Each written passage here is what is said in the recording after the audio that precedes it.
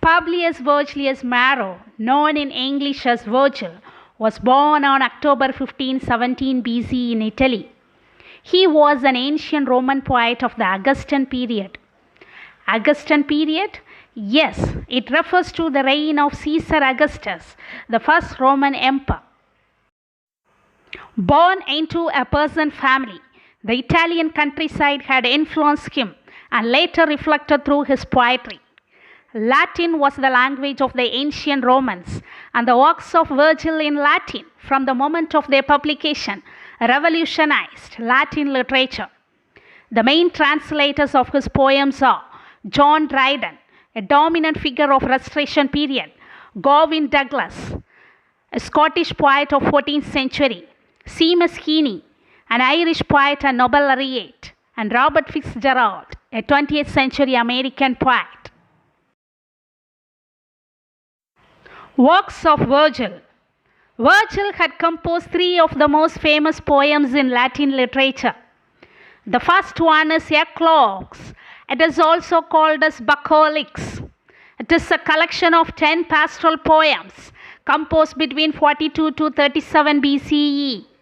Pastoral poems refer to the country or rural life. The second one is the Georgics, was composed between 37 to 30 BCE. The Georgics is a superplea for the restoration of traditional agricultural life in Italy and contains many practical instruction about plowing, growing trees, tending cattle, and keeping bees. The third one is the great epic poem Aeneid. Virgil is also considered as the author of a number of minor poems collected in the Appendix Virgiliana. The Eclogues, Georgics, and above all Aeneid became standard texts in school curricula with which all educated Romans are familiar. It is to be noted, poets following Virgil often refer to his works to generate meaning in their own poetry. About the poem Aeneid. This national epic poem of Rome tells the story of how the Trojan prince Aeneas came to Italy. The hero of the poem Aeneas was already well known within Greek mythology. How he is a well-known character? Because Aeneas was a character in Homer's Illiad. Written in 12 books, the poem heavily relied upon Homer's Illiad and Odyssey from the 18th century BC. Virgil spent 11 years working on the poem Aeneid, but left unfinished at the time of his death. The poem comprises 9,896 lines in dactylic hexameter. This dactylic hexameter is considered to be the grand style of Western classical poetry. Books 1 to 6 tell story of Aeneas' wanderings from Troy to Italy. Book 6 to 12 tell story of Trojans' victorious war upon Latins. Who are called Latins? Latins were Italic tribe and early inhabitants of the city of Rome. The poem Aeneid is the continuation of the poem Illiad. How can we say the poem Aeneid is the continuation of the poem Illiad? Let's see. Homer was Virgil's model. Illiad by Homer is an epic poem that covers the quarrels and fightings near the end of the Trojan War. The Trojan War ends by the defeat of Troy by the Greek army. Note the point, the defeat of Troy by the Greek army. Aeneid tells this saga of an exiled hero Trojan prince named Aeneas after the destruction of Troy by the Greeks in the 12th century BC. Virgil borrows both characters and narrative elements from the Homeric epic Illiad and narrates how the Trojan prince Aeneas became the ancestor of the Romans. Virgil took the disconnected tales of Aeneas' wanderings and fashioned it into a beautiful epic. As we know now, Virgil was inspired by Homer, but also Virgil inspired many of his successors. Do you know who are they? Virgil's art inspired his younger contemporary poet Ovid, whose work was much reminiscent of Virgil's. The book The Aeneid was also the inspiration for John Milton's Paradise Lost, which reflected its epic structure, style, and diction. The book Paradise Lost is also divided into 12 books like Aeneid.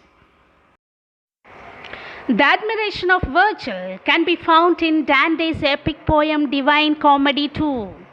In Divine Comedy, Virgil served as Dante's guide as he traveled through hell to the gates of heaven. No doubt, the poem The Aeneid is still regarded as a literary masterpiece. What is the basic plot of the poem Aeneid? Aeneas, the hero of the epic poem, with his fellow Trojans, flee from their home city of Troy, which has been destroyed by Greeks. From Troy, they sail for Italy, where Aeneas is destined to found Rome. To found here in the sense to establish. To say it in simple phrase, the subject of the poem is the founding or establishing of Rome. Aeneas' destiny is to found a remarkable empire filled with the children of the gods. Sometimes the places may confuse any readers. Where is Troy, Italy, Rome, and who are Greeks, and so on? Troy was the ancient city and located in the present-day Turkey. The Trojans were people that lived in the city of Troy. Where is Rome? Rome was first called the Eternal City by many ancient writers, and now it is the capital city of the country of Italy. Greeks. Greeks are not only the people of the country of Greece, but also Albania, Italy, Turkey, and Egypt. It is to be noted that the Greeks won the Trojan War and defeated Trojans. Carthage. Carthage is a city in North Africa. Mediterranean Sea. Aeneas with his fellow Trojans take voyage through Mediterranean Sea to reach Carthage and to eventually found Rome. Let's move on to the characters. There are many characters in the poem. Let's see the characters who appear in Book 1 of the poem. Who is Aeneas? Who are his parents? Aeneas was a Trojan hero, the son of the Trojan prince Anchises and the goddesses Aphrodite. Anchises and Aphrodite? Yes. Anchises was a member of the royal family of Troy and a mortal lover of the goddess Aphrodite. Aphrodite is said to be an equivalent to Roman goddess Venus. Venus is one of the most important goddesses in Greek mythology, and she is also referred as Aphrodite, and Venus and Aphrodite are same. Thus, the parents of Aeneas are Anchises and Aphrodite. The next character is Creusa. She is the first wife of Aeneas. Ascanius, Aeneas' young son by his first wife Creusa. Lavinia is the second wife of Aeneas, but she does not appear in Book 1. Achates, he is the personal friend of Aeneas. So far, we have seen the human characters. In this slide, we are going to see the gods and other non-human characters. They are immortal. The first one is Aeolus, the god of the winds. The second one is Apollo, the god of prophecy and civilization, and he favors the Trojans. The next one is Jupiter. He is also known as Jove, and he is the king of the gods and Juno's husband. Juno, a very important character. She is the queen of the gods and she is Jupiter's wife. Neptune is the god of sea. Cupid, he is the son of Venus and the god of erotic desire. Mercury is the god of messenger who repeatedly appears to Aeneas to communicate the wishes of the gods. The next character is Dido, a very important human character in the poem. She is considered to be one of the antagonists in the poem. Dido is the queen of Carthage. Carthage is a city in Africa, and she is the lover of Aeneas after her husband Sychaeus was murdered by her own brother Pygmalion. In order to understand the poem, one should know the background stories in the context of the poem Aeneid. Why does Juno hate Trojans? The reason behind Juno's hatred for the Trojans. And Juno, she is the queen of gods. Juno hates Trojans for two reasons. The first reason is the judgment of Paris. Judgment of Paris? Yes. Paris here is not the name of the place, but the name of the Trojan prince Paris. What happened in the judgment of Paris? What did Paris judge that make Juno angry? Let's see. Judgment of Paris was a beauty contest among the three most beautiful goddesses for the praise of a golden apple addressed to the fairest. Who is the fairest and the beautiful among the three goddesses? Who are the three goddesses who participated in the beauty contest? The first one is Aphrodite. She is also called as Venus, the mother of Aeneas. The second one is Hera. She is the queen of goddess and also called as Juno. Athena, she is also called as Minerva. These are the three goddesses who appear before the Trojan prince Paris to judge who is the fairest among them. Paris chose Aphrodite or Venus to be the most beautiful among the three and awarded her the golden apple, the praise given to the most beautiful woman in the world. Why did Paris choose Venus? There is also one reason.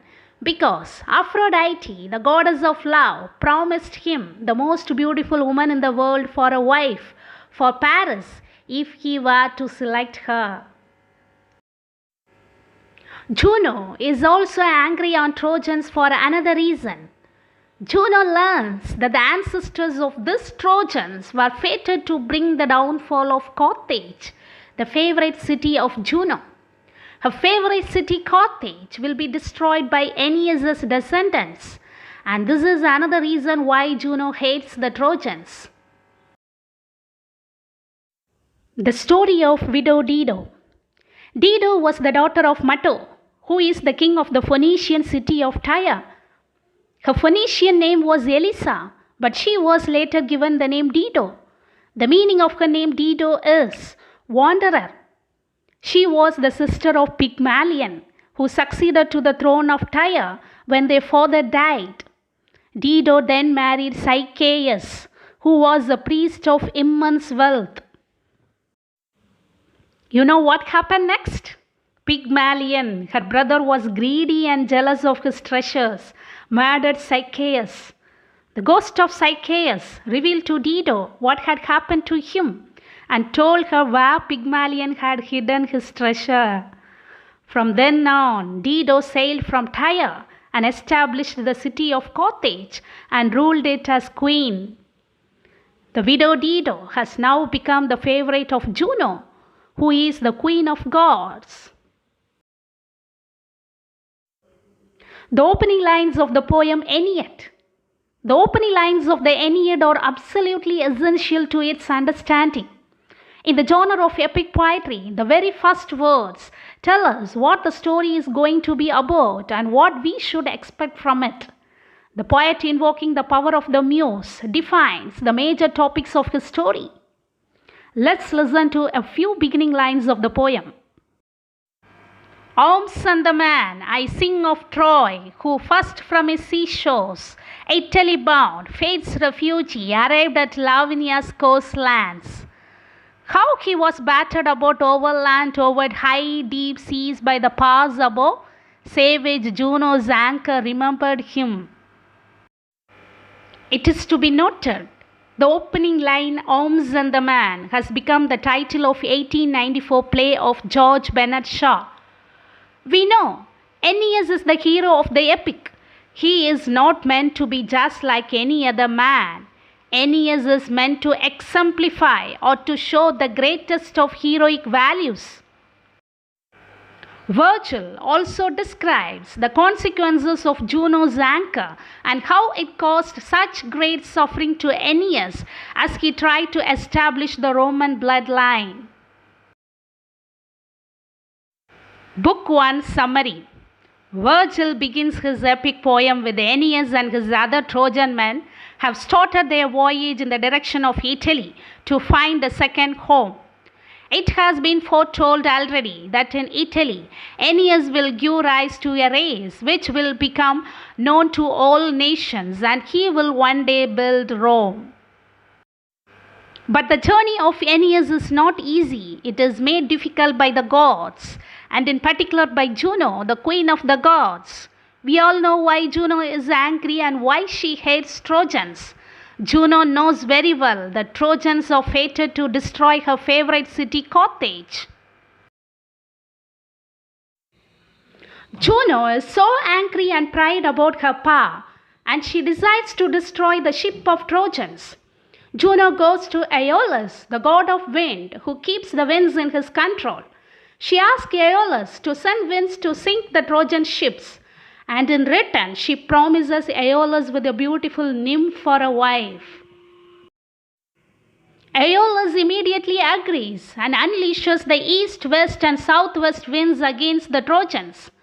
The winds blast the Trojan ships, and Aeneas prays to the gods. He wishes that he could have died at Trojan war like other Trojans. He feels the other Trojans who died were many times more blessed than he is, because he is now suffering without home. The ship has started to sink. The situation has become more desperate. Neptune, the god of ocean, notices the storm and recognizes it as his sister Juno's work. He angrily commands the winds to return to Aeolus and claims that he is the god of sea. Neptune calms the sea and water, and only 7 ships remain. Aeneas and his men then turn their remaining 7 ships to the coast of Libya. Libya is the North African country, and it is the site of the city of Carthage. They happily stretch out on the beach and slay 7 deers and make a big feast out of it. Though Trojans eat and marry, they still miss their drowned friends. Aeneas gives his men words of hope, though he worried about his own fate. Meanwhile, Jupiter, the king of gods, and Venus watch the scene from the heavens. Venus is worried about the hardships faced by Trojans. Immediately, Jupiter sends Mercury word that gates of Carthage should be opened wide, and its ruler Dido should offer the men her hospitality.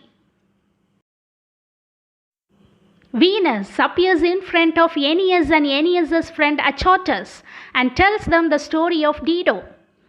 Venus also guides them to reach the city of Carthage in the form of a dark fog or mist, so that they will be invisible. In Carthage, Aeneas and Achates come across a shrine that Dido is building for Juno, and they marvel at the city's riches.